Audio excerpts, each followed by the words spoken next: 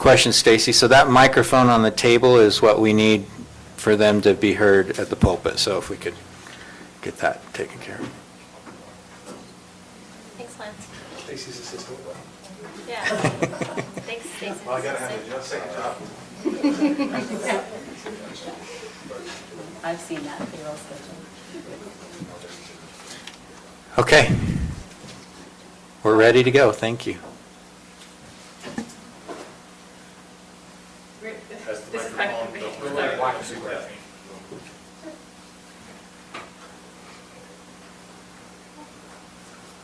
Thank you, Mr. Chair. I'm Ted Knowlton. I'm the Deputy Director of Wasatch Front Regional Council. We're really appreciative of your willingness to come or to let us come and chat about what Wasatch Front Regional Council is. We know that in addition to the county council, that I think we have some Morgan City council members here and planning commission members here as well, and want to recognize them as well. And I'm not sure if there are county planning commission members here. Yes. He is. Okay, great. All right. Thanks for attending. So we appreciate that. And we also understand that you have received some funding from UDOT to help with a countywide and city general plan update. And just be aware that we work really closely with UDOT. We're available to help if that is of interest to you as well. Where we are at, Wasatch Front Regional Council, we are, I'll just go through one slide, okay, into this. We are an organization that represents local governments. And we represent Brigham City down through Bluffdale, inclusive of Morgan County and Tooele County. And our basic marching orders are to represent you and work with you. And we do transportation planning, but we also work to help local governments deal with their growth-related issues. We'll go into some of that with you. What we'd like to do today is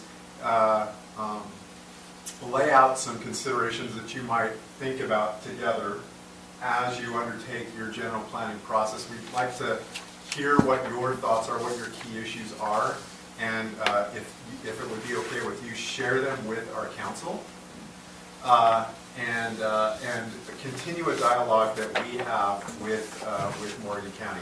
When I say the council, WFRC, Wasatch Front Regional Council, what is that? That is a group of 19 local elected officials. These are predominantly county representatives as well as mayors. And for the most part, they have then been in turn selected by their individual councils of governments to represent their county. So that's the board that gives us direction at Wasatch Front Regional Council. So think of us as we are representative of local government, both at the board level and membership dues and the whole 9 yards that way. Did I miss anything by way of introduction? Julie Bjornstad is with me. Julie is our there's slide 2 slides over that talks about okay, and I'm going to hand you this. just keep going until there's only 2 more slides. Okay.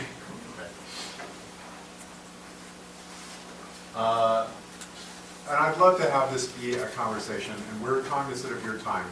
So you have, Mr. Chair, you have programmed about 30 minutes for us? Yes. Okay.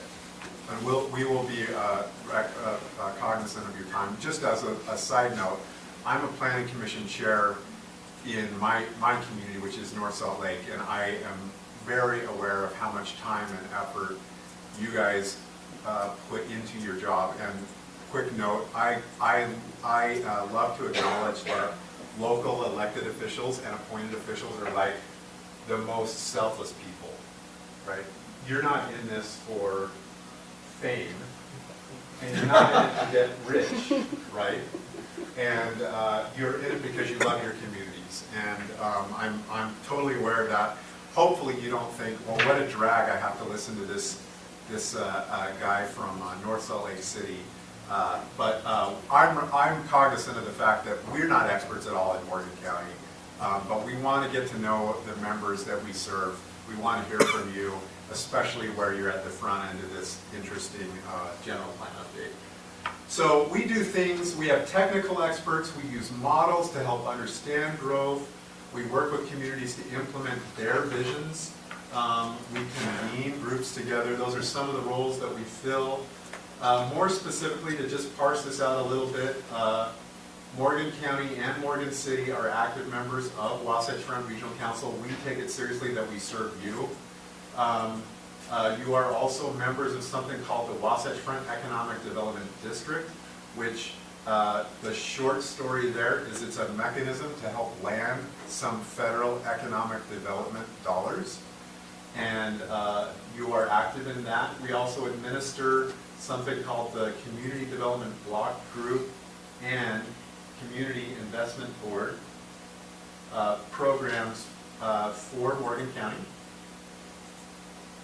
We also staff the Rural Planning Organization, which, do you want to talk a little bit about that one?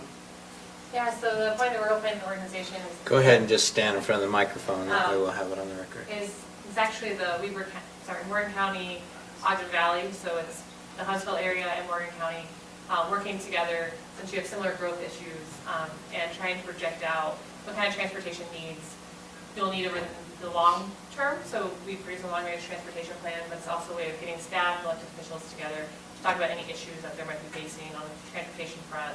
And it provides a conduit between UDOT and the county. So a little bit more refined planning than would normally be done. Is it principally transportation oriented then? It is principally transportation oriented. If there was land use discussion items, we could talk about that too. But the original point was for transportation planning, but any type of growth planning we can discuss at that. And Councilmember Kilmore is involved in that, and Mayor Little and Ty and Lance are active in the RPO as well. Thank you. Julie is our staff's representative serving Morgan County, and you are, if I can say, you're lucky to have her because she's one of the best transportation planners in the state of Utah. And then also with me is Jory John. Jory is head of our long-range planning group, and I just gushed about Julie. Jory's also ridiculously awesome. And then I wanted to also note and recognize Councilmember Cannon, who is the vice chair of one of our, we have, in addition to our board, we have two key committees, and Councilmember Cannon is our vice chair of the Regional Growth Committee, and we enjoy working with her and have known her for a long time. Here's what we want to chat with you, give you some growth dynamics, some data about growth that some of which you might find interesting, and others you'll be like, yeah, we know that, painfully aware of that. We'd like to understand your thoughts initially about growth, so that we can understand how to help you. And we wanted to share some newly emerged tools and resources that you might consider. Perhaps after you go through your general plan update, perhaps as you undergo your general plan update, they might inform how you undertake that process. All right. We know that we're growing fast. By the way, Utah was the fastest growing state in the United States over the last 10 years. So we're painfully aware of this together. An interesting way to put this is that Bountiful City is being a population the size of Bountiful is added to Utah, actually added to the Wasatch Front every single year. Every single year. So what's that population, 40,000?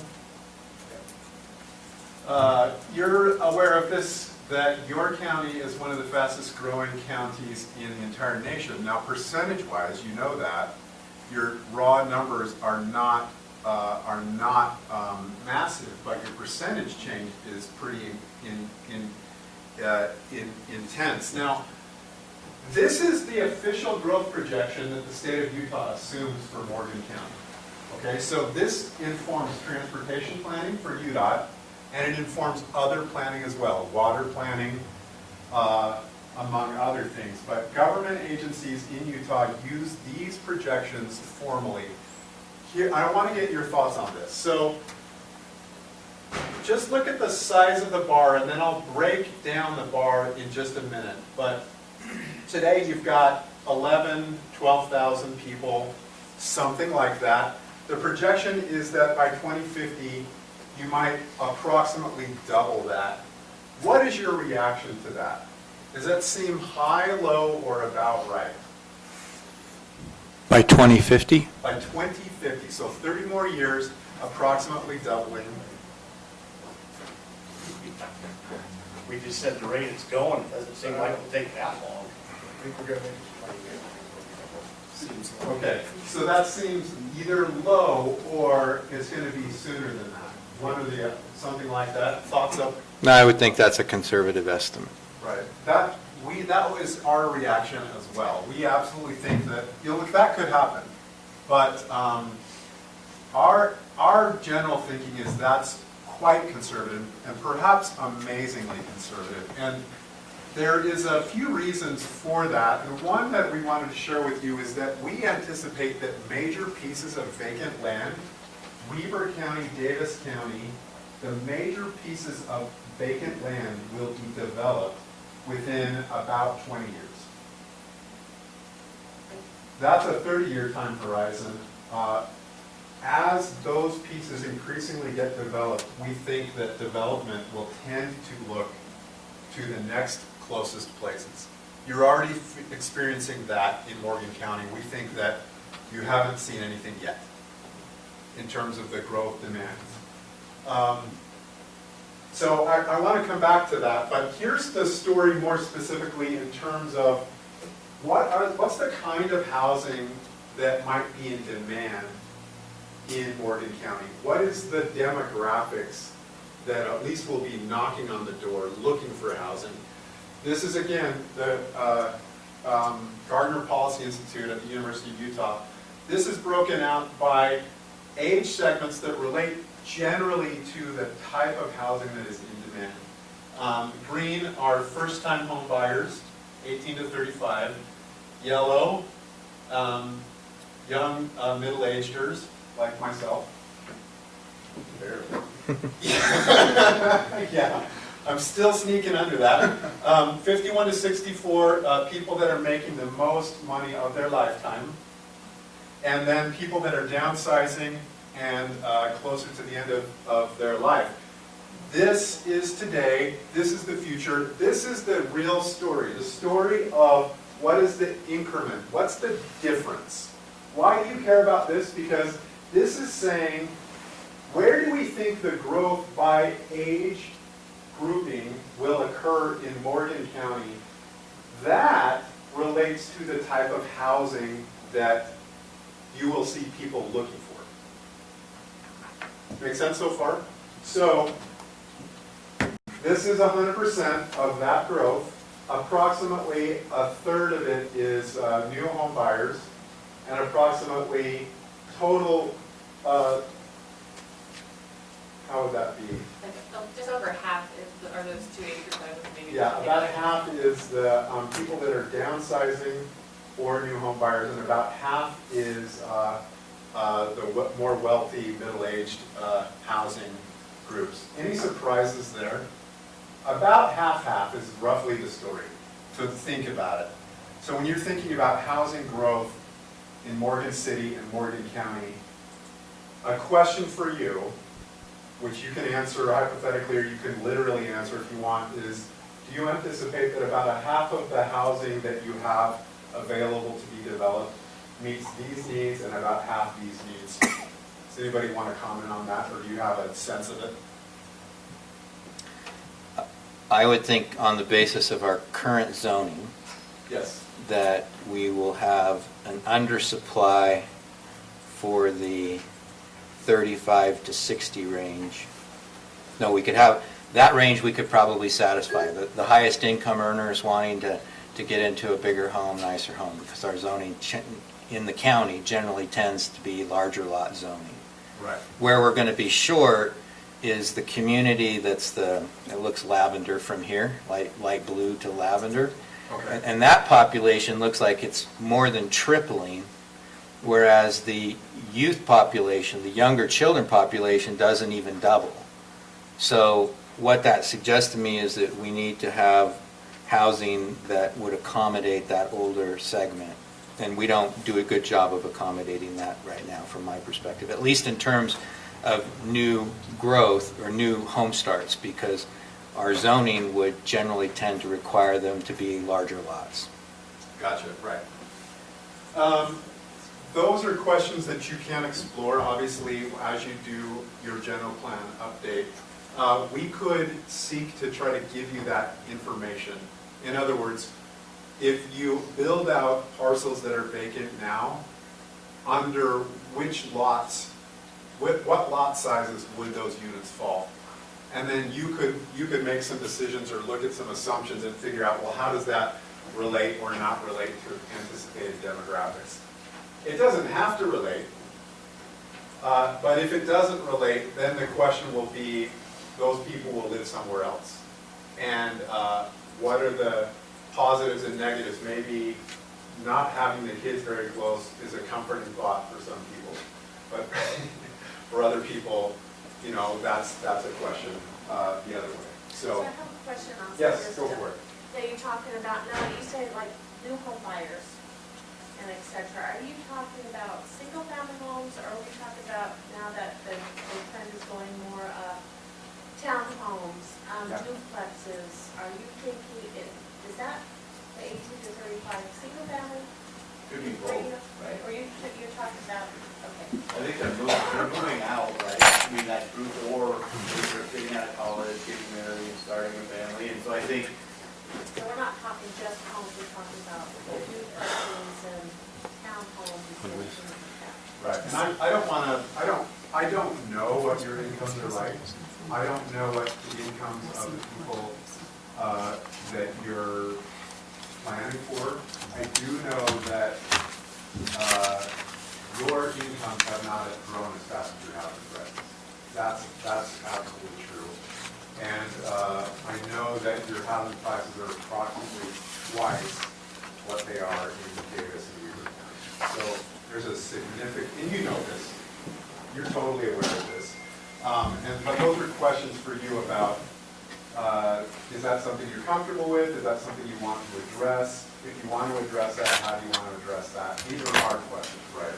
But it's a great time to look at them as you undertake a general plan update.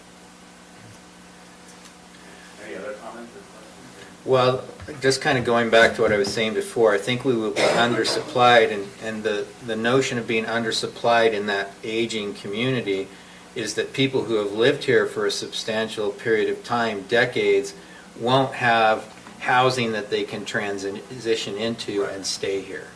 And to me, that's a negative. It's a similar comment we've heard. We've gotten similar workshops like this around the region, and I recall very specifically meeting with we had north part of Weaver County, and I was sitting at the group with North Ogden City, and they said the same exact thing. They said, we don't have any housing for, you know, downsizing, single level, you know, patio type housing, smaller lot, and they're all moving out into adjacent cities, and, you know, it recognized that, and I think they're now trying to, as they're working on their general plans, trying to figure that out for themselves too, is, you know, how can they provide them and their residents a place to stay within their community and not have to move out. So, but I think Ted's right, when you guys start that general plan, definitely something to have for discussion.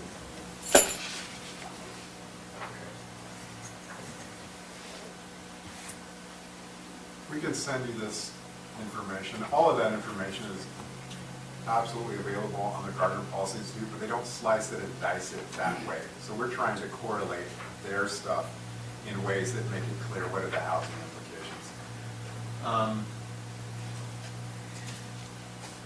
Our council has said to us that as we undertake transportation planning, that we should work towards furthering these 10 goals.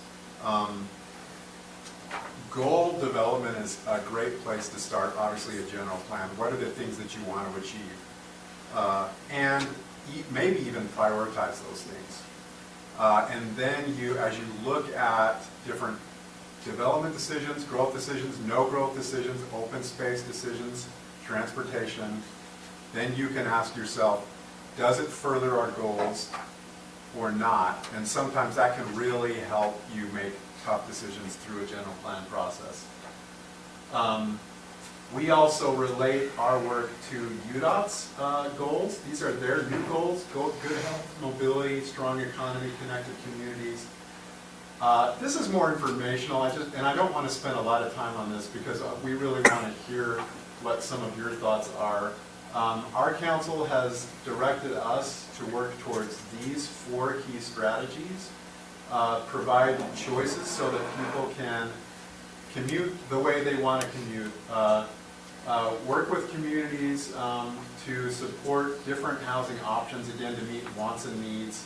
That's a local decision, we recognize that, but to provide that information, to preserve open space. Geographically, we work to align transportation investments with where communities want to grow, and vice versa. So economic development occurs near interchanges, near transit, that more compact forms of housing does likewise. I'll state a basic fact, which is it's easier to locate growth near infrastructure than to have infrastructure chase growth. It's just easier. And that's part of the reason why we engage in dialogues with communities. But those are some things that give you a sense of what how our council has directed us as staff to proceed. One of the things that we have come to learn and hear from communities, I'll be frank with you, mostly along the Wasatch Front we hear this, that as we look at different patterns of development, because I don't know where you're at, that's why I caveat it with that. But as we look at patterns of development, that communities that ask the question, where should growth occur, that those that say, well, you know, we want to remain low density everywhere, the consequence is they tend to fill out more of their city with development. And then those communities that say, well, there's a few core places where we want to have more intense forms of development, but only if we can then preserve more land for rural development. That yin and yang of saying some places that are more dense, lots of places that are much less dense, there are appropriate places for development, and we just want to identify them. We find that that is a general approach to development that has regional benefits. And let me explain that if in the absence of those, because this pattern consumes more development across a broader area, it means commuting patterns are longer, and it means that the mix of housing doesn't meet as many of those demographic needs, and that the correlation between where people live and work and transportation options means that we have to build more infrastructure. Does that make sense? That's not telling you what to think or do, but we tend to see that be an underpinning of our shared planning down in the valley. And we just call it growth centers. Okay, so enough of that introduction to WFRC. This is something we wanted to just seek to understand where your heads are at on 3 questions. And I'm just doing a time check. We don't have a ton of time. You're okay. Okay, well, We could go till quarter after reasonably. Is council good with that? I don't know what your schedules are, but, okay. let's see how this goes, okay? And Mr. Chair and commission, council, planning commission members, you can just wink at me if it's time to move on. But we've done this with every group of communities in the region, and we get a lot of information from this. Here's the question. When you think about your perfect Morgan County, Morgan City, your ideal. Hopefully that's articulated in your planning. But I recognize that you're at the start of a general plan update, so hopefully that will be articulated in your plan. But when you think about that vision, what is the main thing that stands in your way? Start with land use patterns, housing, open space, how private land is used. When you think about your vision of the ideal Morgan City, Morgan County, what's the key obstacle that stands in the way of you creating or having that ideal? That is a literal question, and I'd love to hear thoughts around the room. So, my view is that it's difficult to build a consensus as to what the ideal vision or view of Morgan County is. There's a lot of people who have been here for a long time who would tell you to keep your growth on the other side of the canyon and don't bother bringing it over here. I don't believe that's ultimately a realistic perspective for us to take, and that we need to plan for growth centers and I think our general plan contemplates growth centers in terms of Mountain Green and Peterson. There were a few places where that growth would be concentrated, but the notions of concentrated growth in Morgan County are very different than they would be in Davis County or Salt Lake County, obviously. I mean, what we would consider high density here would be at best medium or moderate density somewhere else. And so building that consensus is difficult, and there are people with strong views on both perspectives. I mean, we have a referendum that has been filed with respect to a project where 60 to 70% of it was set aside as open space. I viewed that as a win in terms of the total acreage, in terms of open space. Your centered plan that you showed up there, I don't know, you were pointing at the green space at the top. I don't know if there's a percentage of what you think was green space within that area, but I can guarantee it wasn't anywhere near 60%. Absolutely not, yeah.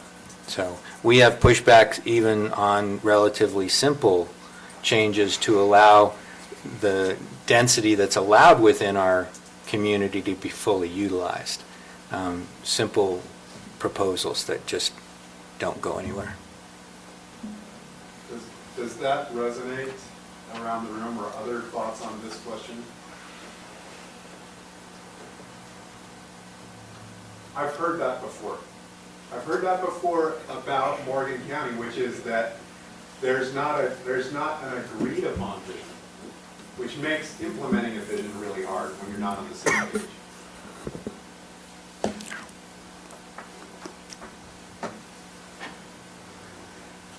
Do you think is that true? Do you, okay, I'll move on.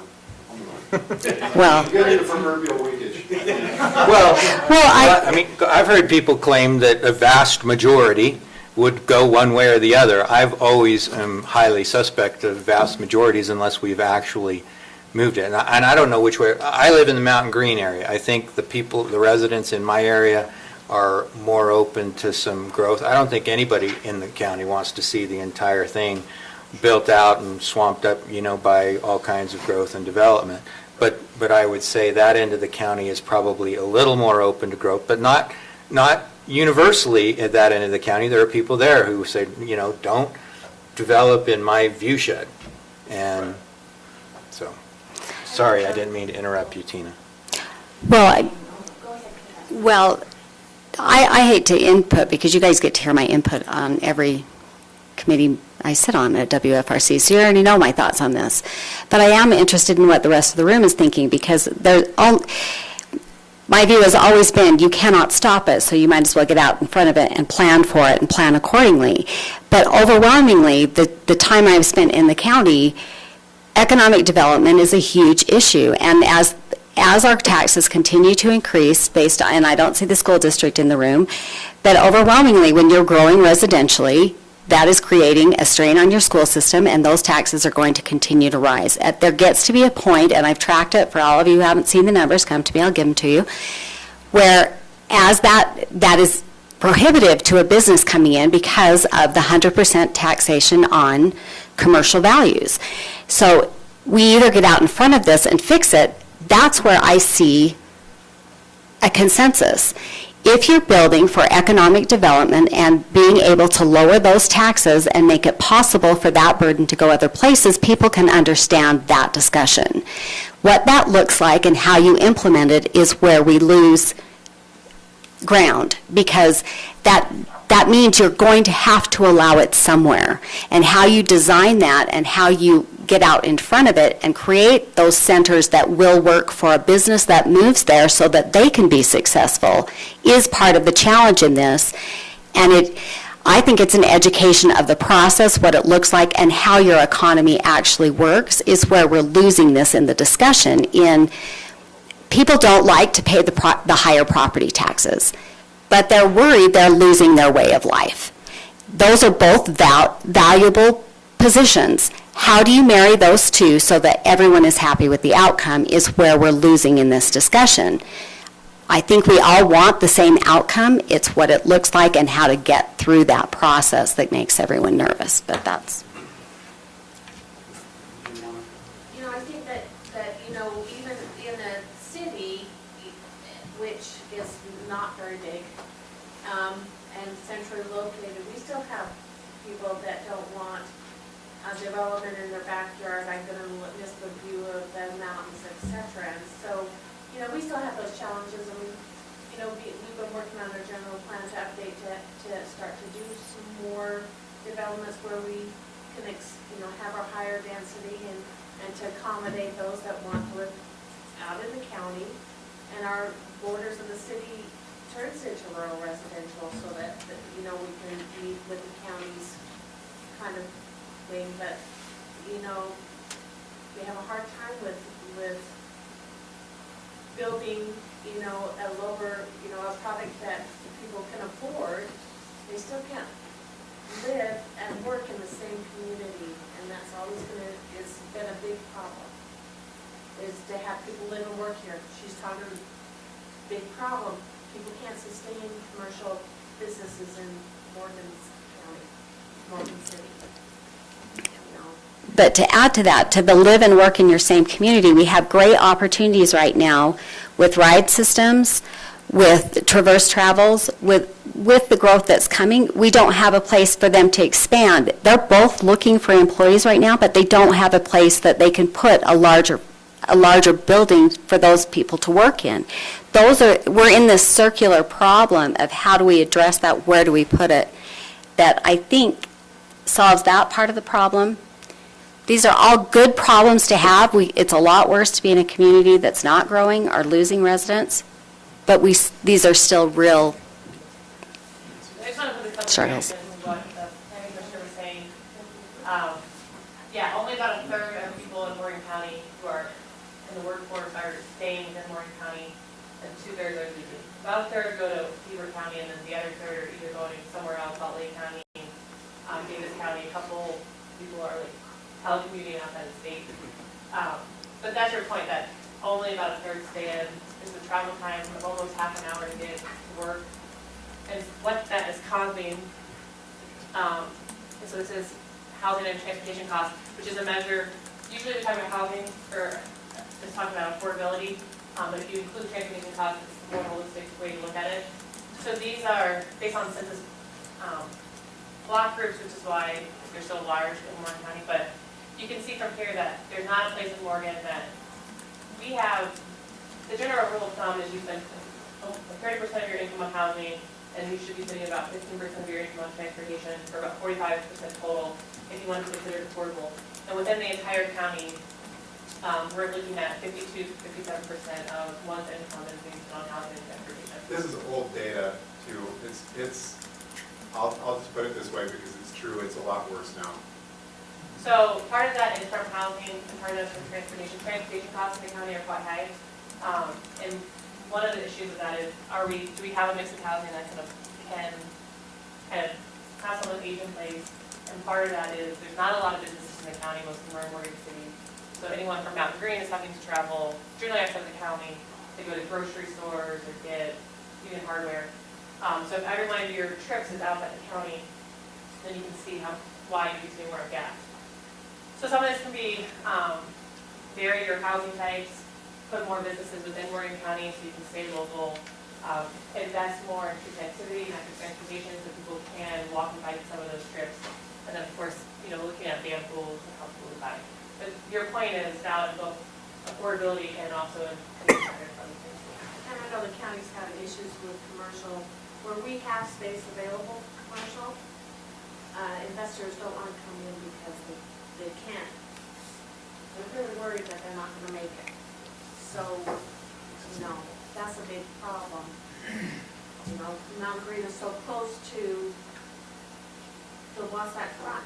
And so you can ask all those people, we're not going to come up to Wrigley's to go grocery shopping when it's closer to go to Walmart down the street. So. Well, and the other point is, if two-thirds of them are traveling out of the county, generally in that direction, instead of coming home to Mountain Green and then over to Morgan to do their grocery shopping, they will stop somewhere on the way home. I know that's our pattern.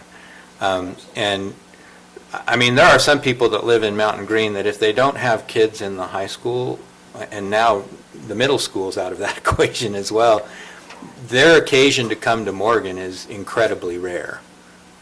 I couldn't believe it when I was campaigning. I actually met one guy that didn't even know where Morgan was. And I'm like, really? You live in Mountain Green and you don't know where Morgan City is? And so that was surprising to me. But I think that transportation element that you're talking about also influences where that demographic spends their money, because they'll do it on the way home in order not to create additional trips. Did I hear, tell me, Commissioner, Councilmember Cannon, if this is a fair restatement, but it sounded like you were saying, everybody's on the same page that they want a stronger economy, but the difference is in, well, so how do we do that? So they wouldn't say a stronger economy, they would say lower property taxes. But that, in the way I would say that, is a stronger economy that is business friendly. Because it's only through the diversification of that base that economy, or the way they would interpret that economy's impact, is actually happening. That diversification of the base creates, is that exactly as she mentioned, businesses are afraid to locate here. It is a riskier proposition for a commercial property than it is for residential. You can immediately make the money off of a residential development. It takes longer on commercial, and you're dependent on that business surviving. So that's where, right now, we're in that transition where Ride Systems, that's Ford locating a headquarters for their facility here. Those are great jobs for people who can stay in the community, and we can start lowering that number of people who commute out. But they've got to have a great place for that business to be. When they're working here, they will shop here, and they spend their money here. Right now, without some place for that to go, and you can go talk to Justin and Kelly Reese. It's been a struggle to find a place for that building to be. And there's been a lot of pushback over where it would be. But until we all see that process as a good thing and a great problem to have, and we're welcoming that kind of a development to come in, we're going to continue to see those problems and continue to struggle to lose people down the canyon or not coming up. Because I think, and it's true in Mountain Green, we have to give people a reason to come up here besides the schools. If there isn't a reason besides the school, then you lose them when their kids aren't in school or during the summertime, and you can't sustain a business that way. So it is not always the simple solution, but it is a creative one where we all have to work together on it. So I've answered that like a politician did and took way too long, Ted, and talked around it in a circle. You're welcome. And I know that nobody can speak for the whole county. Right. I do think that identifying the key drivers of what unites lots of people, like there's, as you put it, maybe one of them is a desire for lower property taxes. Now that may not, forcing those clarity on what are we trying to achieve, at least might you start from a shared space there, and then you can drill down and say, well, we could do A, B, C, D, E, maybe pinches of some of these. Mhm. And maybe it just increases the likelihood that you have that shot at trying to find alignment. So, Right. and it's good for us to just kind of reflect on some of these things. What can we do here at WFRC? We can give you data. We can look for other communities that have dealt with these things, and with no judgment whatsoever. It's not our county. Right. Well, I think I told you, Ted, that the slide that moved me the most in all of the committees that I sit on is one day you put up a slide down at WFRC that showed all of the open space that was left for development along the Wasatch Front in a different color.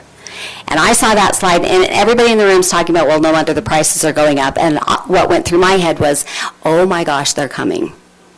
And they're coming. They hit Mountain Green first, but they are coming for Morgan.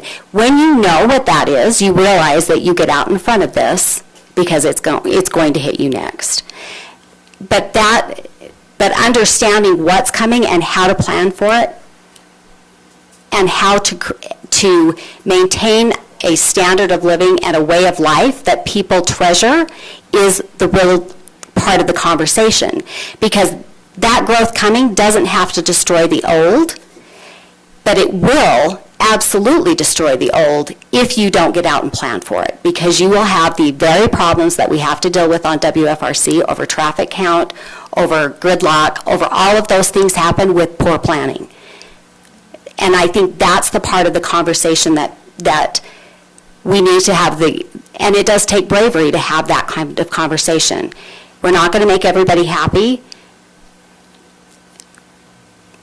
but we still have to have the conversation and have a good plan for how to deal with it, because it will come. Whether you plan for it or not, it will come.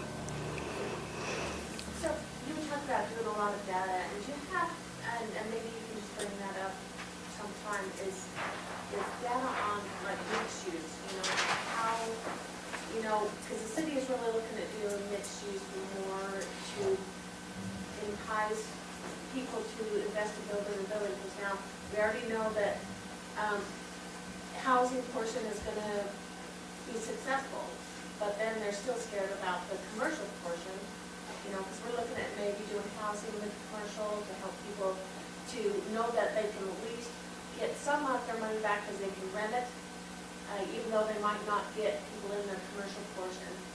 And, I don't know if you have data as, like, how You mean like- successful are they? Are they, because we're looking at adding mixed use to our commercial areas, which we don't. So something that, just what might be helpful to answer her question would be like, what do you believe the demographic requirement is around a mixed-use development in terms of number of units Right. within a walkable distance, or something like that? That could be something that could be useful to help answer that question from my perspective.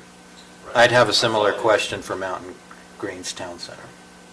Yes, and we can give you some rules of thumb, and we can apply those to your community and give you a sense of how many more units. There is a little nuance. It depends also on incomes and drive-through traffic and all these kinds of things. So if we gave you something, I believe some information is better than no information, but we give it to you and we have caveats, just so you understand we're not predicting the future for you. But I think we could do that. We have some committees or some groups we work with, developers that deal with the mixed uses more than we do personally, and so maybe something we could reach out and hit their brain on how it worked around either the valley here, or if they brought it in from, outside the region. And just one thing to keep in mind with respect to the county is the development lift is bigger here, because you mentioned the comment about infrastructure chasing development. We don't have necessarily the infrastructure in place for, even if somebody came and says, I want to plop it down right here and I'm taking the risk, I'm ready to go. They have to build into it costs that you wouldn't contemplate if you were building it in a community that had a more advanced infrastructure system. I got you.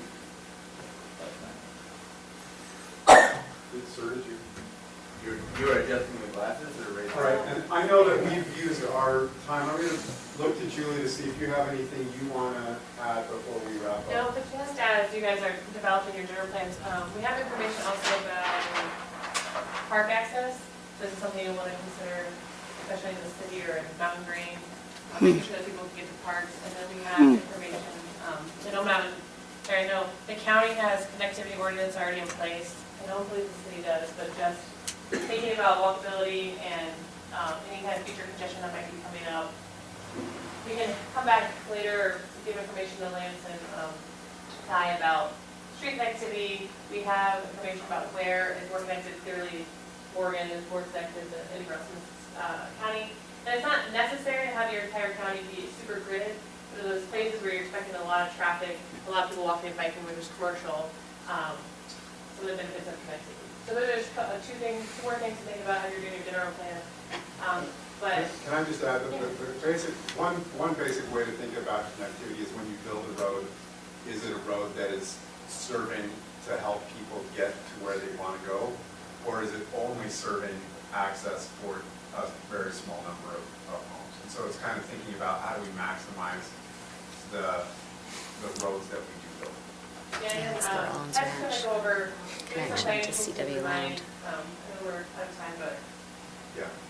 Well, and I'm only going to just go to this one slide and be aware that UDOT has new transportation funding criteria. I'll just give you the highest level point on it, which is that they have never cared more than they do now about economic development, about the vision of local governments, and about working to try to connect people with the jobs that they want to get to. So that's where they're at. Senate Bill 34 has new housing requirements, but also has other requirements that for general plans. For example, every jurisdiction in the state is supposed to have an active transportation plan now. So we can elaborate on that. In terms of the housing requirements, I think only Morgan County, but not the city, is subject to that, and the county is not subject to reporting it. So how do you like that? By our understanding, you are legally bound to follow the law, but nobody will double check to see if you actually are following the law. So do that with that one. Oh, and you told us? But if you want more information about that, we can share that with you. WFRC has a planning grant similar to the grant that you got from UDOT. Keep us in mind, our favorite thing is to help communities figure out where they want to go. We believe that when communities chart the course, they find their vision, they get on the same page, they implement it, it tends to lead to better outcomes than just kind of letting things happen.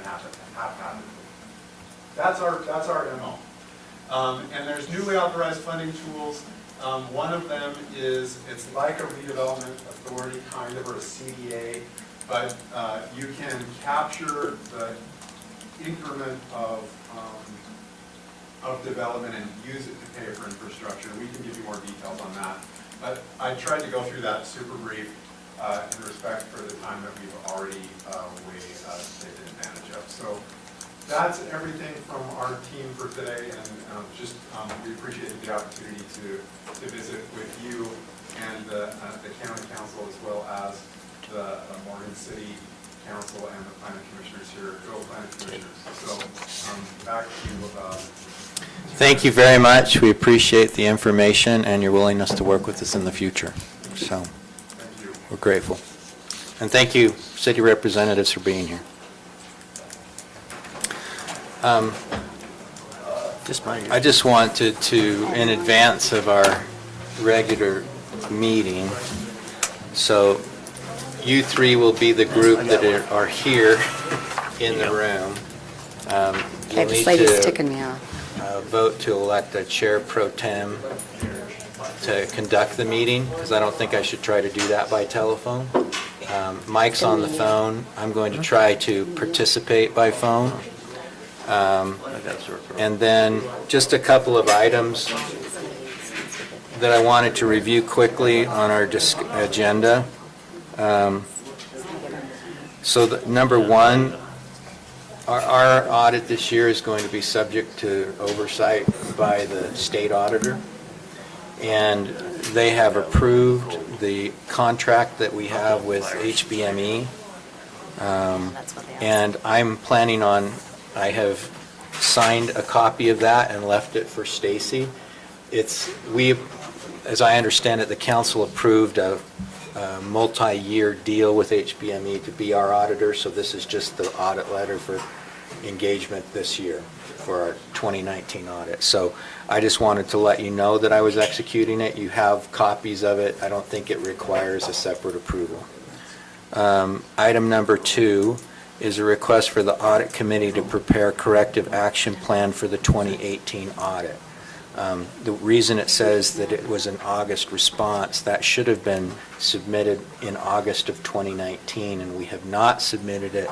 So I'm simply asking for the audit committee to prepare that corrective action plan, particularly given the fact that the state is reviewing our audit with us. And before you leave, this was what I was going to hand out during that part. So this is the letter that went out, and So I didn't ever see the list that came back from, 60 days is long past since, Yeah, so we're late on that. That would be December, January 27th, so we're beyond the 60-day notice. So, and I don't know if any of you have been talking to Seth or the state. Seth is the one who wrote this letter. I don't know that now underneath our new, what do you call it, umbrella of them coming in, if correcting this is part of their new oversight, if that changes the 60-day letter. But this Well- is backup work to the corrected action of whoever's writing the letter. what I know is that they're going to expect a corrective action plan, and we need to get it done quickly. So that's what that item is for. so I didn't ever receive a list of the auditor, or the accounting firms that they were recommending that we could choose from. So that's item number 3. Mhm. That's consideration of a recommendation for accountant or fee accountant on state auditor's approved listing for structuring of counties' accounting systems and work with extended auditor in preparation of the 2019 financial statement. So what I think needs to happen is, again, I'd like the audit committee to look at that list, make a recommendation. I didn't receive it either. I don't know if you did, Stacy. I didn't, I had a different takeaway from that. I thought that the committee would investigate into what the state auditor had on their website. I didn't think somebody was going to present it to us. I thought we were. Oh, I thought it was a list. Is it I on thought their I thought they website? have an approved list. I Yeah. think they do, and So- our auditor was familiar with it. Yeah. So there were a couple of follow-up items that he was going to do. He was going to check to see if they could make a recommendation. He's hesitant to do that without the state auditor telling him it's okay to do. What this is, and from my perspective, even if we need to take money out of our, what do you call that fund? Rainy day fund. Rainy day fund in order to pay for this, we need to get a third-party accountant in here to prepare an accounting structure so that the state recognizes that we're taking the actions we need to as a council in order for our accounting systems to function appropriately. I don't think it should be done internally. I think it needs to be a third party, and we need to buck up and pay for it. And I'm not looking to cast dispersion or blame on anyone. It's just something that needs to be fixed. And that's why we have oversight by the state right now. It's not that anybody's suggesting that any funding's been taken or lost or anything. It's simply saying we don't have the accounting systems in place necessary in order to prevent that from happening. And so I want to get a recommendation and hire and get this done so that the next commission that comes in, when they come in, that these accounting systems are on board and in place and functioning. And so that's what that item's about. We have the discussion of optional form of government. You made some changes that I think are helpful, so we can discuss those.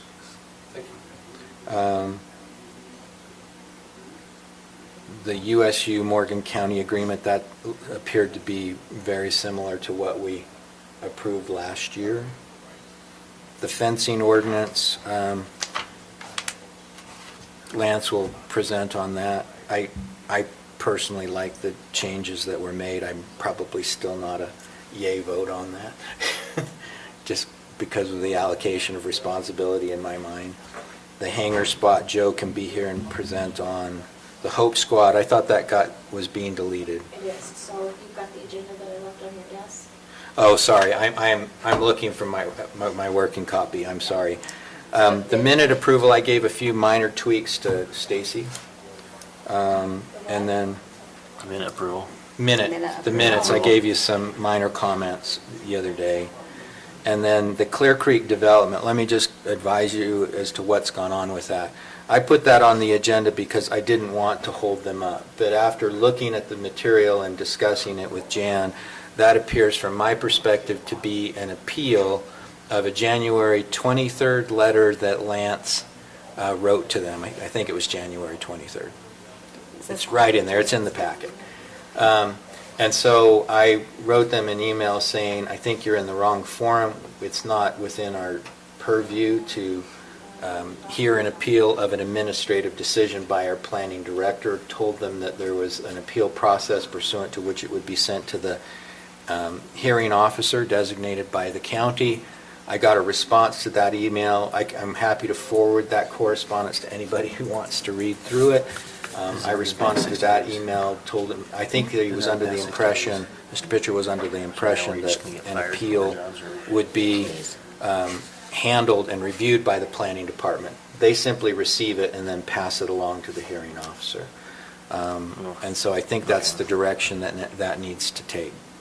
So the last two items are struck from the agenda, but I wanted to inform the council as to what actions were being taken. And if you would like to be copied on that correspondence, I'm happy to copy you.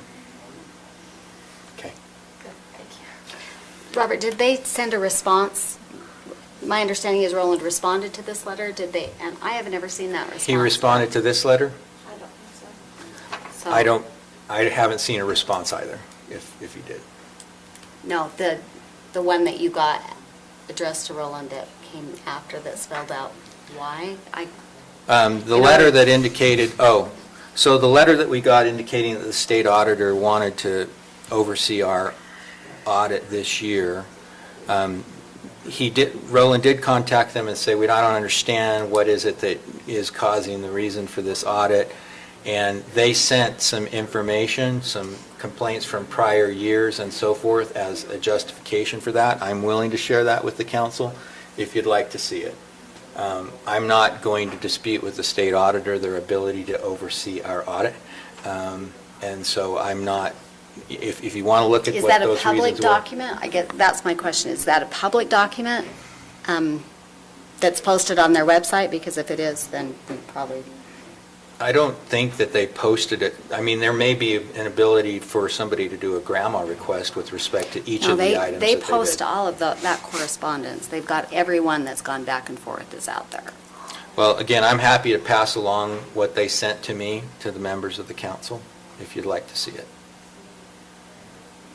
Do you want me to send it to you? I would like it so I know what I'm Well, responding to on, That will be different than the audit corrective plan.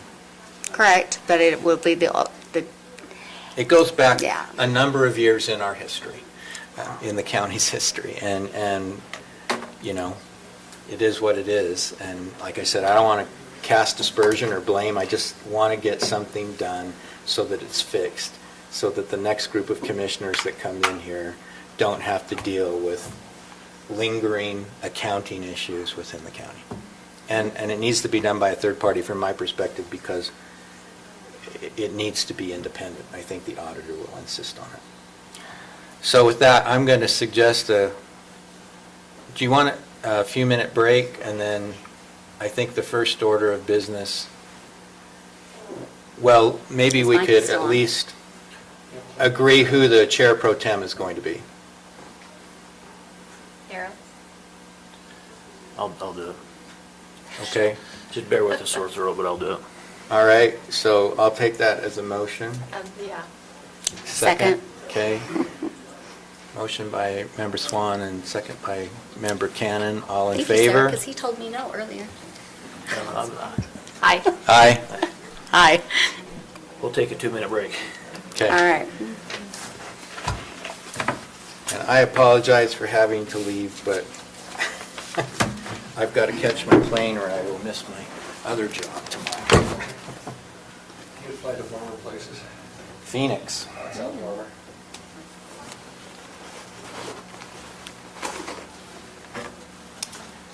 Mike, are you still on the phone?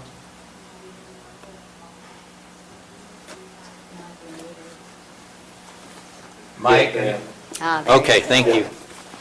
And then I understand that Jeremy will be calling me, so I will participate to the extent that I can. Drive safe. Thanks.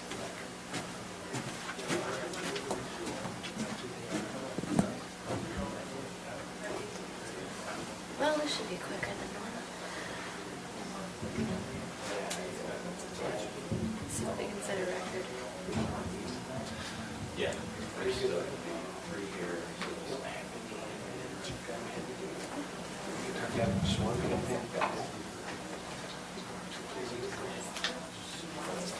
Don't you worry. Thank you.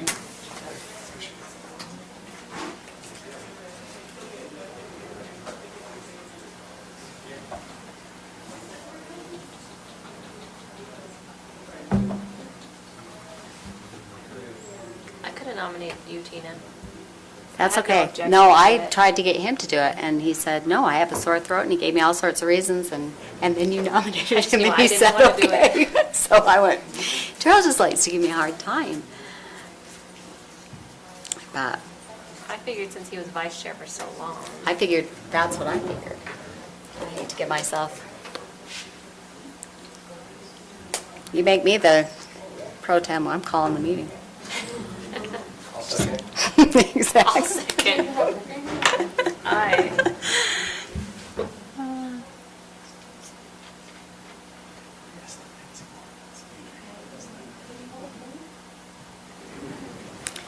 So, So just on so the you know, fencing, Lance, I've been fighting with that me, natural Mike, history spot lady to the for back and forth because she Darryl, wants it to be yes. double slide. And I'm like, private property, you can't pull out, there's no hiking there, so you can't go hike. So, well, where do you want your marker for double slide? I just told you I don't want double slide. So if you're gonna have it be double slide, I don't care where you put your marker. Well, I can tell you where I want you to put your marker if you like. But if we get down to where we only have 4. She said it doesn't take the majority of those 4. they'll put one of the other parks, So but even if you get I down said to 4, it'll take- Mormon Flats or sections of the Mormon Trail. Hi. If you really. Is Mike on the phone? You Mike could with us? look at double slide as you go by on the interstate. If you really want to contribute to my tourism, which is what she said, After you start the meeting, Then- just have 1 minute, I could maybe just explain to then the get audience. people off, but about don't some of the tell empty me seats it's, Unless you can, so they know that I'm a we do little have bugged the about quorum. it right now. Yeah, I don't know where, I'll give these few minutes. You just give me 1 minute, thanks. Is it on? All right. Welcome to our county council meeting. We are going to start this meeting with a pledge and a prayer. I guess so, I'm the only We're going to other. ask Tina to do that for us.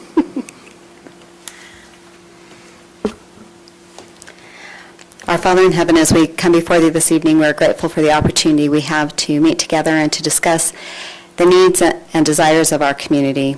We ask thee to be with those who are traveling this evening, that they will do so safely, and that those who are unable to attend due to illness will have thy care and that they will recover quickly.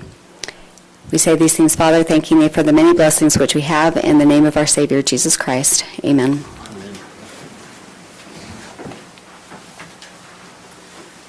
I pledge allegiance to the flag of the United States of America and to the republic for which it stands, one nation, under God, indivisible, with liberty and justice for all. Okay, we're going to turn a few minutes over to our county attorney to explain a little bit about tonight's meeting and Thank you, Chair. As you know, with a 7-member council, a quorum of that council is 4 members. If we didn't have 4 members present, we would not be able to go forward with a meeting. Although we have some empty seats tonight, we have 2 members who are on the phone are going to be on the phone shortly. So Member Newton has been on the phone throughout the work session. So as we sit here right now, we do have 4 members. And I think we're reaching out to Member McConnell as he drives to the airport. So we'll have 5 members for the next hour. I don't think we're expecting Member Kilmer or Member Haslam today, but even though we have less than 7 members for anything to pass, it's the number required is a supermajority of the 7.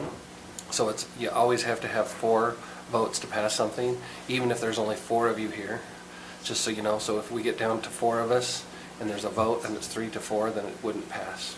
And if we drop below 4, we may have to call the meeting. So that's just to explain to the people why we have some empty seats, yet we're still going forward. Thank you, Jen. Chair McConnell talked about the agenda. Any changes to the agenda that we want to make, or could I get an approval for the agenda? So moved. Second. Okay, it's been moved and seconded. All in favor? Aye. Aye. I'll get it right down real fast.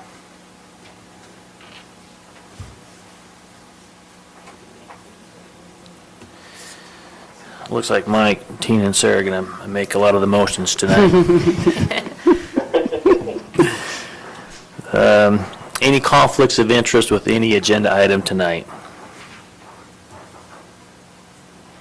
Okay, we're gonna move on to our public comment period. This is a chance for the public to comment on anything they would like to comment on.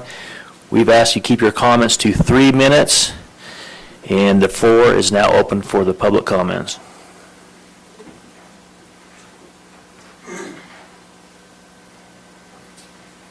My name is David Kutcher. So, it doesn't sound like it's on No. here, sorry. So, I was the developer of the Heather Meadows project that has been discussed. As you were informed by the chair, I was stricken from the agenda, and he said that I needed to appeal to the proper authority. However, my intention is there's not really a proper authority to appeal to. As stated, I received a letter from planning stating they were placing an occupancy hold on a structure which is a building permit issue. And building permits and their appeal are based on the International Building Code, which has its own appeals process. That same letter stated that the reason for the hold, and it goes on to quote a county land use code, and the land use codes also have a separate set of appeals process for that. That specific land use code that he was quoting is actually a fire code, which falls under the international fire codes, which also has a third set of appeals process. And so I've got a letter that addresses three different issues, building permits, land use, and fire code, all of which have a different appeal authority. And secondly, in order to make a proper appeal to any of these three, I need pertinent information, for which I placed a grammar request a few months ago. The first request was ignored, and the second request was denied. In that denial, it was a little confusing. It did say that it would cost me about $1,500 to get that information, which to me was absurd. I was able to get about a quarter of that information for $8 from the recorder's office. So it's just impossible to make an appeal when the authority I'm appealing to just won't turn over the information. So I'd like to also go on record that there's just really not a scenario or appeal procedures that I can follow that will satisfy all these issues. It's also my understanding that the county can't even withhold occupancy permit based on these grounds that were stated in the first place. I don't know how much time I have left, 15 seconds, so I'll just close there. I would appreciate some sort of response from some county official somewhere directing me on how I'm supposed to proceed when there's just I just don't see it having any sort of a legal issue. Thanks. Thank you, Mr. Pitcher.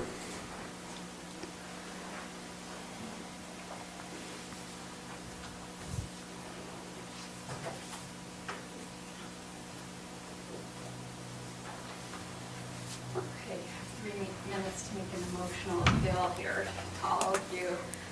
I am a lot owner in the Heather Meadows subdivision, and the agenda item that was removed tonight Wait, directly, sorry, will you state your name, please? Jennifer Larson, Thank you. directly affects me and my investment in the Heather Meadows subdivision.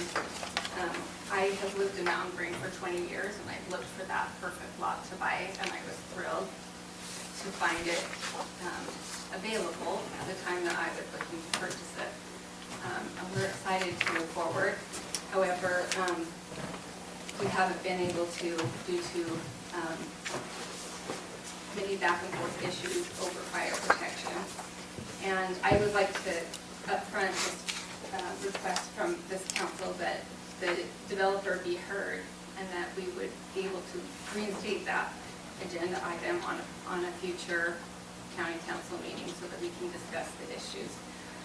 In purchasing my lot number 4, I did my due diligence in understanding the state and county code and specifications, including well, sewer, water tables, and floodplain issues, and the International Fire Code adopted by Morgan County. I consulted with a professional civil engineer, and since August 2019, I've also consulted with a land use development attorney to understand the law, code, and requirements of Morgan County to seek a resolution to this system, or to this problem, this situation. I would really like to move forward with my lot. And I have talked to the other lot owner who is in a similar situation as I am, lot number 1, where they've already drilled their well, and yet they're being denied building permits and can't go forward. So we're carrying the costs and the burdens of this conflict. The facts that I know, as I know them, as they pertain to the lot, and I have followed this closely so that I can be informed and be updated, is on January 3rd, there was a letter issued stating no building or occupancy permits would be issued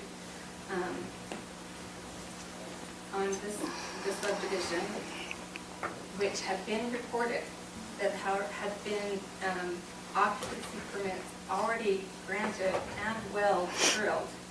The letter stated that the connection to Peterson Pipeline, without the connection to Peterson Pipeline, the subdivision does not meet county code. And I've attached those in that packet that I sent to you. So it states specifically that it doesn't meet county code. The county engineer, Lance, has stated that fire protection can be met in alternative ways in both memos in the closed session in August and an email. He put forth 2 available options to meet fire suppression requirements. In an email to me, he personally stated when I wanted to talk to him about a resolution that there may be other alternatives to meet fire suppression without Peterson Pipeline. I believe that the developer has acted in good faith. He's been honest and upfront with me all along, and the email chains correspond to everything that David has told me. He installed infrastructure for future connections to give lot owners the option of having culinary water supplied by Peterson Pipeline. But he's also stated and restated that the subdivision was approved for wells in hopes an agreement with Peterson Pipeline would be forthcoming. This is all documented in email. And just as a side note, he's tried to honor his commitment to me, as my lot is 30 seconds. it's stuck in the middle of this issue. So I'm here to let you know that lot owners are now being contacted by Peterson Pipeline and being suggested that we'll serve letters from Peterson Pipeline that the burden has been placed on the owners of the lot to resolve the situation. It was the county council that issued the stop work order in the closed session meeting, and I believe that the county council has the ability to resolve this issue based on existing code that has already been met and that can be met, and that we can avoid costly lawsuits dragging out the time that we can be enjoying our lot, and also to mend some bad feelings and resolve this issue in a positive way. Thank you. Thank you, Ms. Larson.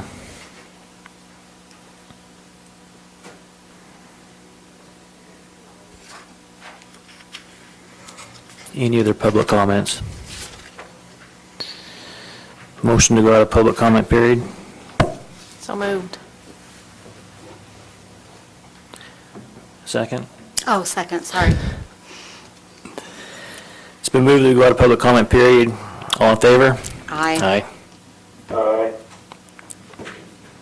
So the public knows that we do not take action on public comments in this meeting. That's just for information only, or information, your information. Need to go back and approve the minutes for last meeting, 2 sets, first one is January January 7th.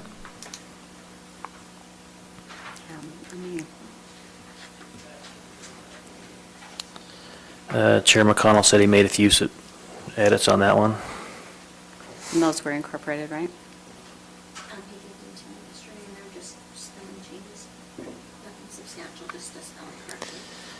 Okay, I did notice that we should have the Mother of the Year in this minute, in these minutes, so can you go ahead and put forward to be on the next set of, the next agenda, so we can get that Yes, I think February 4th. in the February Today's? I mean, excuse me.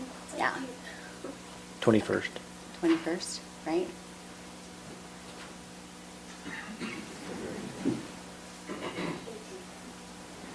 Oh, I'm looking at January behind you, I'm like, what?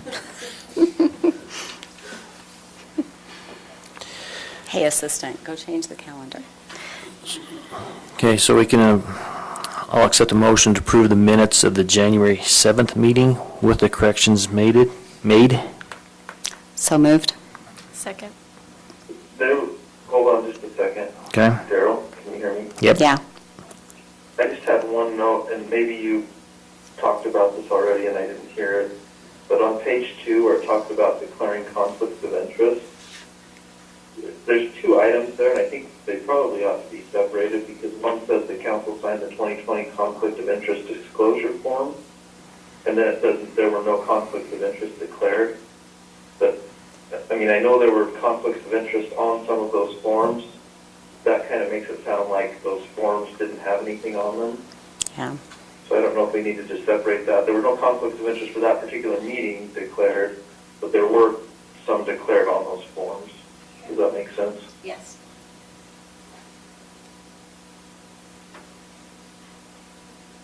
I'll make a change so that it looks like separate issues. Okay, Stacy will make that change. Tina, does your motion still stand? Yeah. And your second? Yes, sir. Okay. All those in favor of approval of the minutes, January 7th, please state. Aye. Aye. Aye. Okay, those are approved. Moving on to the business section of our agenda.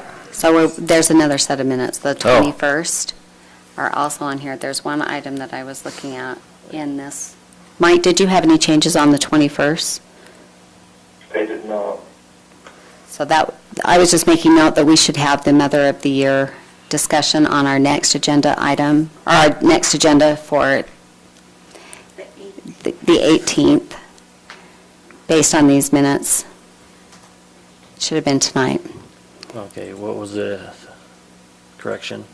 No, correct. So we should probably put that as will be moved to that day.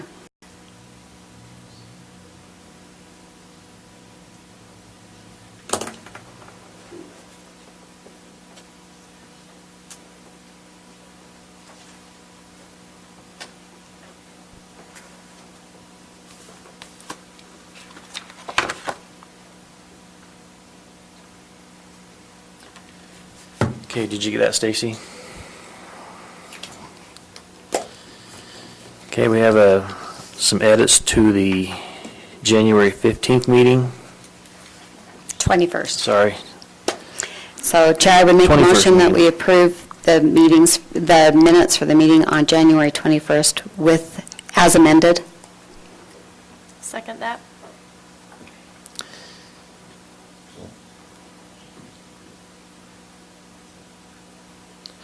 Okay, the January 21st minutes have been approved with have not been approved. Motion has been made to approve the minutes of January 21st by Member Cannon, Member Swan. All those in favor? Aye. Aye. They are approved. Now moving on to our business items.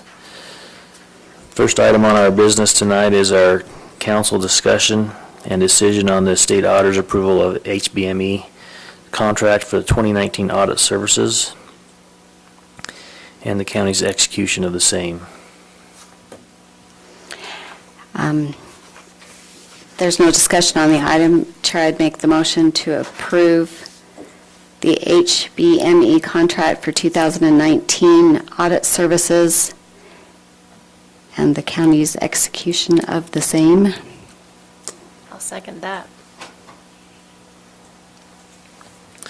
Motion has been made by Member Cannon and seconded by Member Swan to approve the HBME contract. Discussion on the item. Can we call for discussion on the item? We will. For the 2019 audit services, any discussion on this item? So Chair, it should be noted that in our meeting last week, that with the state coming in and overseeing this, the cost of this audit could increase. This HBME was uncertain how they are to report to the state without having an increase in workload.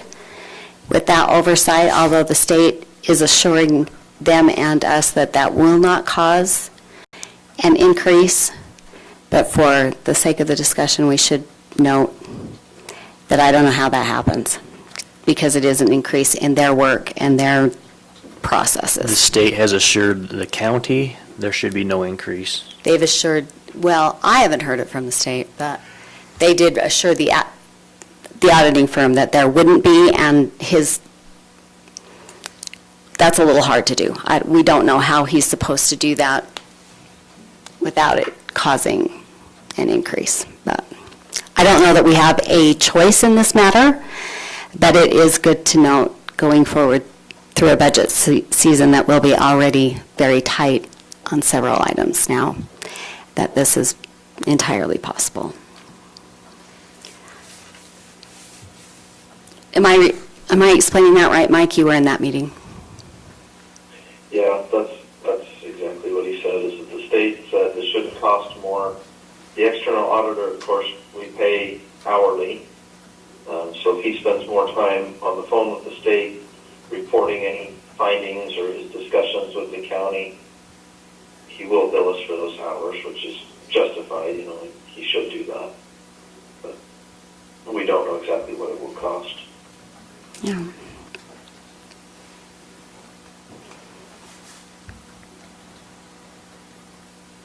Any other discussion on this item?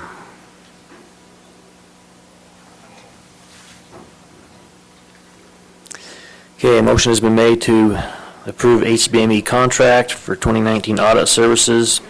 All those in favor? Aye. Aye. Aye. Any opposed? Motion passes. Okay, Chair, on item number 2, it's a request for the audit committee to prepare a corrective action plan for the 2018 audit, since we are behind already.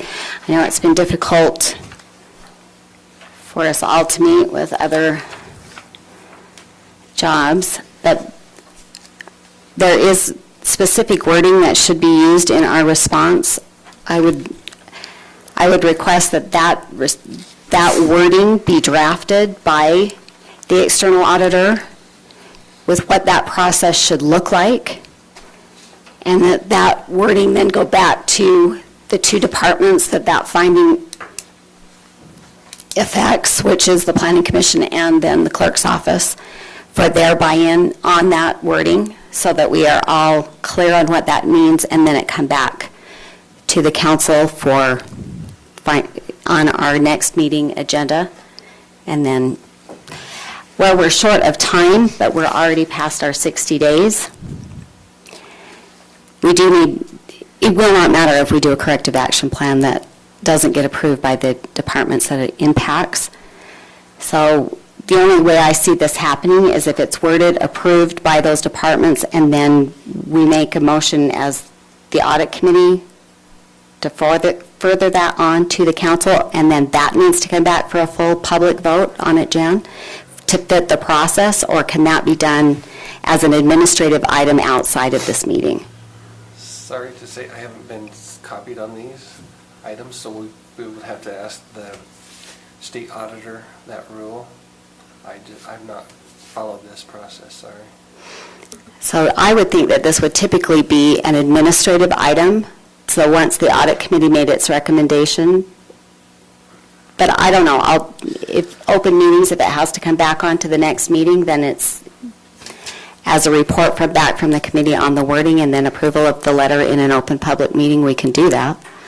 But you're suggesting we don't do that until we have a third party or the auditor Well, contract with a third party auditor? Well, it's, as part of his duties, it should have been, so I went in, after that audit, I went in and talked to the two departments, and I think we have a general understanding of what it needs to look like, but the wording is very specific in a corrective action plan. There is a CAP process, and that is what they're looking for from the state auditor, is that response.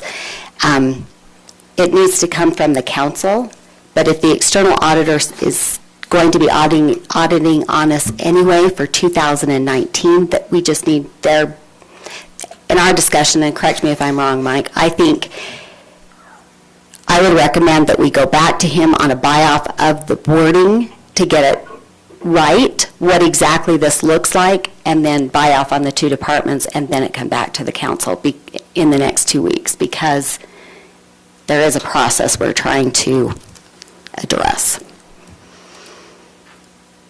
That sounds good to me. So we want to direct the audit committee to contact an auditor to do that work. No, we can write it if you want to write it. I just don't want to, maybe I'm lazy. Maybe I don't want to, Darrell. I'll write it but I want him to review it before we put it into, I wrote the last one we did, but it's been, so I can do it. I just want to make sure that it will fit, because we're already through 2019, the audit finding will stand again. It will be a recurring finding for 2019, so we're going to end up doing this again. I would like that wording to be correct as we go through this yet again, to make sure we've got exactly what they want addressed, so we can finally get this off of the finding list. Does that make sense, Mr. Accountant? Sure makes sense to me. All right. So I will accept the motion for a request for the audit committee to do that. All right, so I would make the motion that the audit committee prepare the corrective action plan, have it approved by HBME and the departments impacted in the plan, i.e. planning department and the clerk's office, and then be placed on the agenda for the February 18th meeting.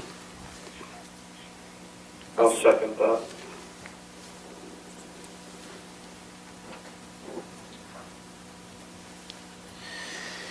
Okay, we have a motion to request the audit committee to prepare the corrective action plan for the audit, made by Member Cannon, second by Member Newton. Any discussion on that motion?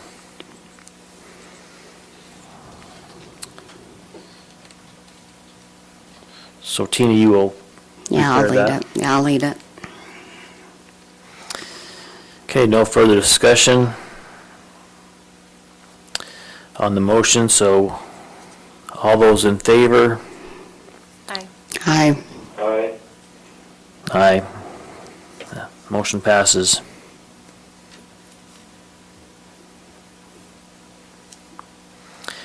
Next item on the agenda is to consideration for accountant fee accountant on the state auditor's approved listing for structuring the county's accounting systems and work with external auditor preparation of the 2019 financial statement. Mike, on this item, I thought there was a list that we were supposed to be going through to make a recommendation on, but I have not seen that list. Was I supposed to go look for it on a website? Do you remember where that list was?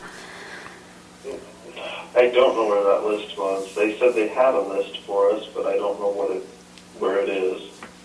And I don't know if it was HBME that was going to provide the list or if it was the state auditor's office. Yeah, I remembered it like Robert did, that they were going to check to see if they could make that recommendation based on their position. Yeah. And it put them in a tough spot before they, but that would just be a recommendation. Overall, the direction was for the audit committee to make a recommendation to the full council, and then the full council approve. I have not seen the list as well, but I do know that the state auditor's office does have a list of approved accounts to do this work, so. Yeah. So based on, I don't think we have a choice on this, Mike, do you? I don't think we do either. Well, we have a choice on how we do it, so I think we ought to maybe discuss that a little bit, and maybe the reasoning behind all of this.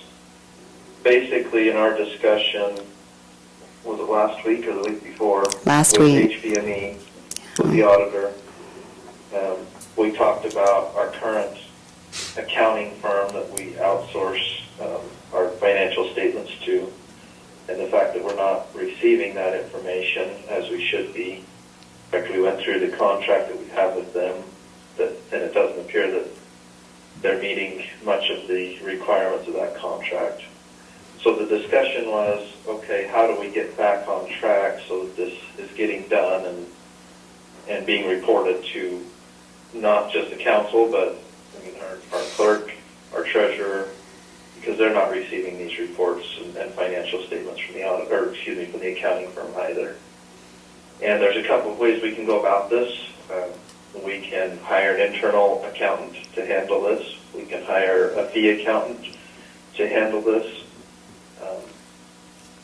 I think some of the discussion was, and I think this is a good point, is if we hire a fee accountant to do this, a third party to do this, we also should include that we'd like them to help us establish a good procedure and good policy that we can then put in place so that eventually when we do have an in-house accountant to do that, we have a good process to follow, which is one of the issues that we need to resolve. So did I miss anything from that discussion, Tina? No, I think that summarizes it, that there was also the expertise that they are looking for in government accounting is not necessarily your typical expertise, but we are designing a system that is for government accounting and reporting specifically. So the encouragement was to have someone with expertise in that area, and that would be the other reason why we would go external, to find that type of expertise. So it sounds like at this point what we need to decide is how we want to proceed with it, and then we obviously would have to then determine, if we do, I don't know if we do an RFP or what we do to request some pricing from some firms and determine who we'll use. Yeah. Pricing and experience information from those firms. See, this is a little, I don't know the correct term, disheartening. It's frustrating, to say the least, that we've hired an accounting firm to do, or help us with our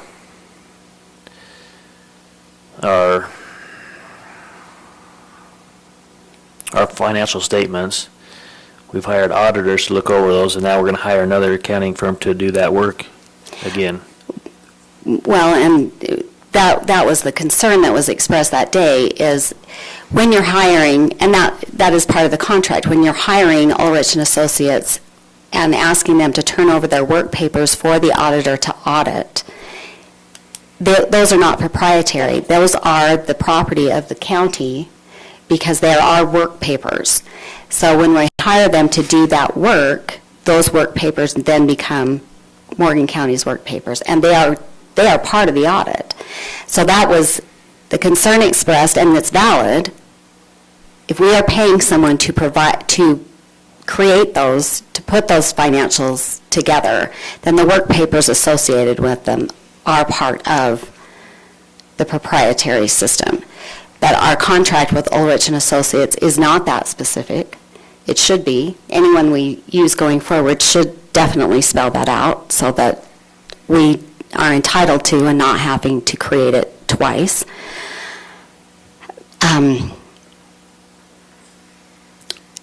But I think, yeah. For the record, our auditor has had to do the last 2 years because Ulrich has not shared those working papers with the auditor. They've refused to share that information. So, I think the ultimate goal here is to bring this responsibility back inside the county, but it is an expertise and a system that needs to be designed correctly and under generally accepted accounting principle. So it is, I'd agree, it's very disheartening. And right it's now, we don't have the frustrating. expertise to do that in-house, though. No, we don't. So what is our recommendation moving forward with this? I know that Chair McConnell stated that he would like to get this corrected so the next commission is not burdened with this kind of Mike, I think we thought it was going to be a good part of a year process. Is that your impression? Yeah, I mean, my thought is probably 6 months to a year, depending on, we have to have all of our documentation in from 2019 by June for the 2019 audit. We have to have all of that information into the state. It will take, at least that much time, and probably longer, to develop a process, and that's really what we need help with, in addition to this other information, financial statements and such, is developing that process. So my thought is this particular item, I think we need to direct the audit committee to get that list and then maybe develop a suggestion as to how we determine who we'd like to use from that list. And then we can reach out to that, if it's one firm or two firms or whoever, and request pricing, et cetera, so that then we can come back and have a contract to approve. Yeah, I'm a little worried we're going into busy season for all accountants, but this is a specialty where on government accounting, those are more, I'm hoping we're going to get someone whose typical client is a fiscal year and not a calendar year. So there's some availability. But again, as Chair McConnell stated, this is not something that we had budgeted for. It will be outside of the budget, but it is, I think I've been saying it for quite a while. I think it is definitely necessary. So, do you want me to make the motion? please make a motion. Okay. So, Chair, I would make the motion that the audit committee make a recommendation from the approved state auditors list for structuring of the county's accounting systems, and to work with HBME to prepare our 2019 financial statements. So those are, for clarity, those are two different responsibilities. That's an A and a B in structuring of the county's accounting systems, and B being preparation of the 2019 financial statements.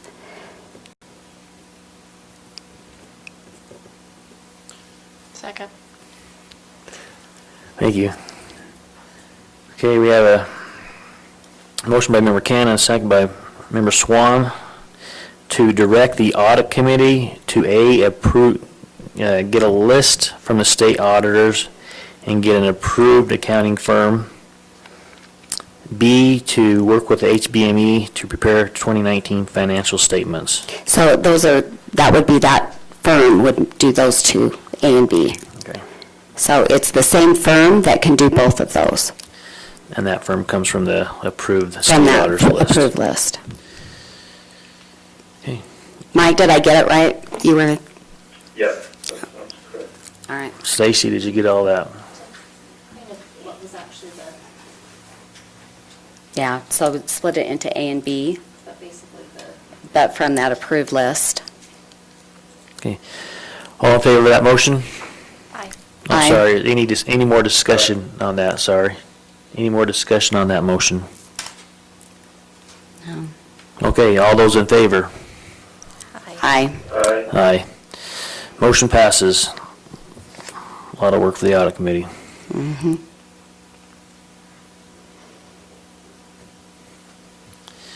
Okay, next item on the agenda is talking about our optional form of government resolution that Jan helped prepare, transitioning to the county commission form. So Chair, I would ask that we postpone this. The discussion was pretty robust last time, and I hesitate to do this without everyone's buy-in on this. Mike, maybe I'm wrong. What do you think, Sarah? I think it would look a lot better if we had all 7 people here, because we're going to have a voting block on the back of it, and so I think that's a great idea. Yeah, I agree.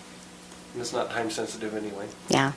So I, Well, we did want it in place before the filing for candidates, so Stacy would know what to charge them, but that's March, so if we could put it on our next meeting. yeah. Chair, I would make the motion that we postpone this item till February 18th.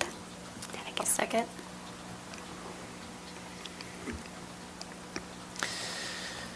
Okay, we have a motion to postpone this item to February 18, made by Member Cannon, second by Member Swan. Any discussion on this item?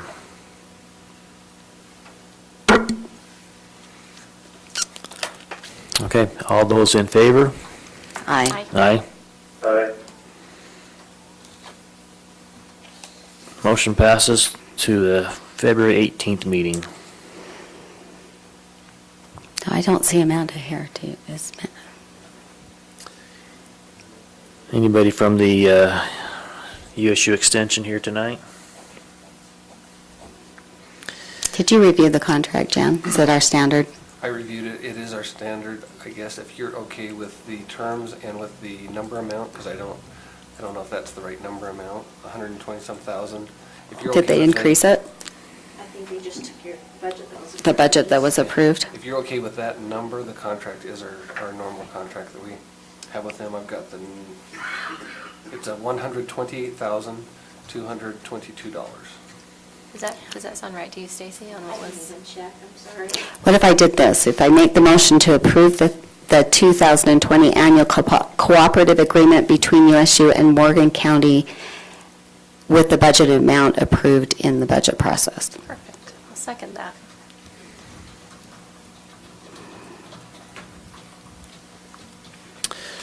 Motion has been made by Member Cannon, second by Member Swan, to approve the 2020 annual cooperative agreement between USU and Morgan County with the budget that was approved in the last budget hearing. Any discussion on that motion?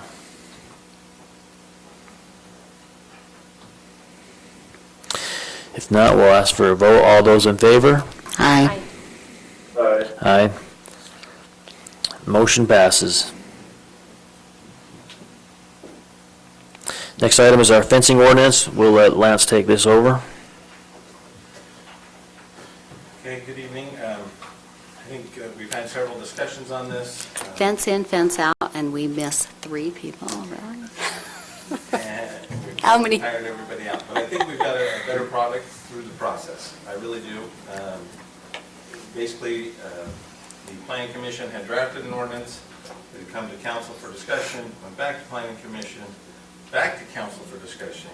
At your last meeting, you asked for the, well, it wasn't your last meeting, but you asked for the planning commission and staff to look over a few changes regarding definitions and some of the language there. I'm just covering this quickly, and we can go into more detail if you'd like. We made those changes per the council's questions. We got a little more clarification from the planning commission and really nailed down the details, I think. So now what we have is an ordinance that is, I think, clear about agricultural areas will need to be fenced off if a new development comes in. And that's really, it's a very simple concept, but getting the language right and getting the requirements correct has been the challenge. Let's see. I'm trying to think what else you might want to discuss on it. Is Member McConnell with us on the phone? No. I don't He had think- said earlier during the work session. I don't think we ever established a connection with him. He texted me when he was in the canyon, and we're going to try after he was out of the canyon. And by my clock, he's probably at the airport by now. Okay, I know he had some concerns, but I didn't understand his concerns. He said he was okay with the language, or that they had met what he requested, but that he didn't necessarily like fencing ordinances in general, so. Yeah, In a so- nutshell, that's basically what We he had said. concerns about just definitions of terms, of the broad definition we had for agricultural area. And the planning commission discussed that and agreed that it could be narrowed down to, it's really referring to properties that are grazing. So areas that are being grazed that have cattle in them is what we're fencing off. That's the issue.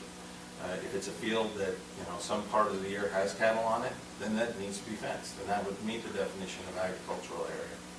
There are more technical amendments in that we try to use the consistent terms of agricultural area and development area in the ordinance, rather than we used project site and some other words to define that. So we tightened up the consistency with the terms, and then clarified that it would not have. We removed the language that had required the adjacent property owner's approval. The way it's worded now is that if you're proposing a new development and you're adjacent to an agricultural area, you will have to put this in the defined fence type, depending on the type of fence that's required for the livestock.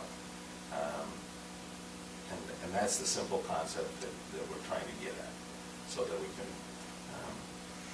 minimize those impacts between agricultural and new development areas. So the planning commission had another good discussion and made some minor changes, and they have recommended approval to the council. Okay, any other questions for staff? Any further discussion with council? Do we need to go into public hearing? We You do. have a public hearing, but you could open it again if you'd like. It calls for a public hearing, so I'll accept a motion to go into public hearing. So moved. Second? Motion to go into public hearing, all those in favor? Aye. Aye. There's no one on the list? No one is on the list for public hearing. Did anybody want to comment on this agenda item? Really? Motion to go out of public hearing. Second? Okay, motion to go out of public hearing in a second. Those in favor? Aye. Aye. Aye. I'll Okay. accept a motion on this agenda item. Chair, I'll make the motion to approve the fencing ordinance, a proposed amendment to MCC 8-2 and 8-12-42, amending the livestock fencing regulations in order to require fencing out of livestock around new development and in other situations. I'll second that.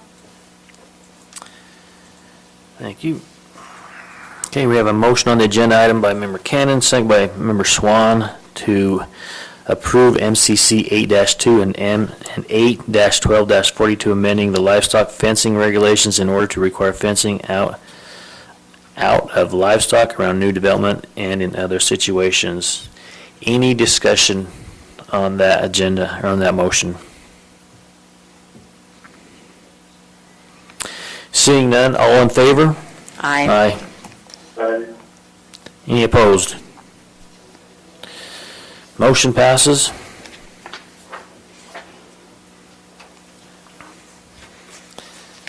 Last item on the agenda is for Joe. Discussion of a lease of hangar spot CC4 at the Morgan County Airport. Joe, take it away. Joe Garfield here, airport manager. I just have Mr. Stephen Hooper here, put an application for hangar CC4. We have the airport advisory board recommendation, so he's here for his approval for you guys. Do you have any questions? Any questions for the applicant or the Morgan, the airport board? Welcome aboard. It's my, Okay, I'll accept the motion. I'll make a motion to approve the lease of hangar spot CC4 at the Morgan County Airport. second. Okay, I have a motion by member Swan, second by member Cannon to approve hangar spot CC4 at the Morgan County Airport. Any discussion on that motion? Seeing none, all those in favor? Aye. Aye. Aye. Motion passes. Thank you. Thank you. Have a good night. You too. Okay, I'd make a motion, we adjourn. Motion to adjourn. I'll second that. Okay, thank you too. Amen. I feel like we set a pretty good time. Yeah. Maybe We should should have move 4 to- people all the time. There's hope for 5, Jan. Yes. Should even time down a little bit on this. When do you want to get together?